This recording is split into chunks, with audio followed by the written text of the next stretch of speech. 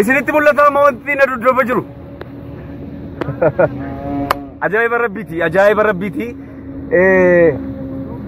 Kan na duubatti argitan kun akkuma jiruun loowwanii hin lakkaa'u gaa Oromoon loowwan hin lakkaa'u. Lakkaa'ee namatti ooda qaba. Akkuma jirutti garuu naannaati kana laalaati.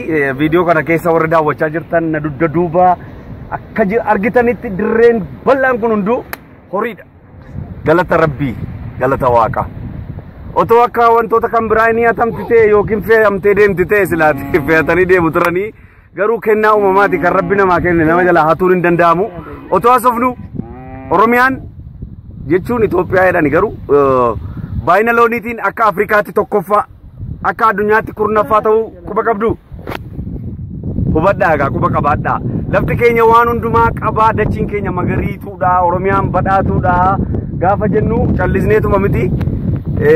Biyyeen isheellee iddoo garaagaraatti illee fe'amaa ture garuu amma horiin, loowwan, re'een, hoolaan tun tokko keessaa qalee nyaadhe iyyuu ani akka hoolaa kana ichaa akkan hin deemne xiqqoo sagaleen kootu sangaa ta'e kan nyaadhe immoo baay'inaan garuu ijoollummaatti sangaa nyaachaa waan guddannee fi sagaleen keenya furdaadha yeroo baay'ee sagaleen koof sagaleen buzee sangaa nyaachaa waan guddannee fi kanaaf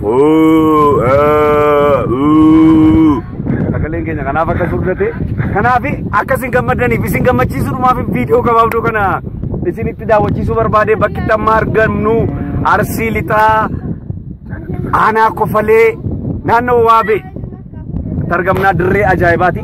Otoo asofnu dirreen kuni to'annoo mootummaa jala turedhani garuu galanni kan qeerroo ta'u amma loowwan keenya takka barbaade irra dheedaa jira. Blacklistii jalaa baay'eera jechuudha dirreen kun blacklistii jalaa baasneerra.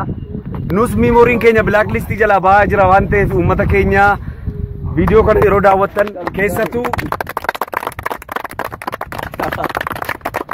agartanii kunis abdii boriiti. Afaan Oromoodhaan malee barannu jedhan sirrii miti? Afaan Oromoodhaan barattu miti? Afaan Oromoo barannaa jedhanii loowwan eegaa jiru ijoolleen kunii. Karoora maatii moo maal jettanii? Karoorri maatii illee gaariidha. Xiqqoo nu warra magaalaa guddaa keessa dhaqee jiraatu sanatu yaaddooma mana kiraayii maali malee Oromoo yaaddoon qabu. Ijoollee 15, 20, 18, 16, 14 hin lakkaa'amtu isheenis na of galcha abbootiin. Ijoolleen akka gootii illee badaa hin beektanii. Baay'inaan akkasitti horiinis hin lakkaa'amu akkasumatti ijoolleenis lama qofa godhadhu tokko qofa godhadhu maaloo qofa godhadhu tun taane dachiin Oromiyaa bal'oodha. Kunoo loowwan, hoolaan, re'een horiin hunduu guutuudha garuu ofitti deebinee akka keenya durii qotachuu hojjetachuu jabaannee hojjechuu irraan kan hafee horaa baay'adhaa jedhee ol eebbisa jaarsoliin durii waan ta'eef kanaafu viidiyoo bakka garaagaraa gaafa deemnu Oromiyaan maal akka fakkaatu isinitti agarsiisna. Keessattuu Oromiyaa irraa fagaattanii biyyoota alaa biyyoota ambaa keessa kan jiraattan magaalaa keessa kan jiraattan xiqqoo magaalaa keessatti siyaasi kun mataa nama adoochiti waa'ee siyaasaa qofaan waan adda addaa qofaan warri mataan keessanii al tokko xiqqoo biizii isin ta'e Oromiyaa laala Oromiyaa daawwadha waan isheen fakkaattu laala adaraa Rabbii daawwadha.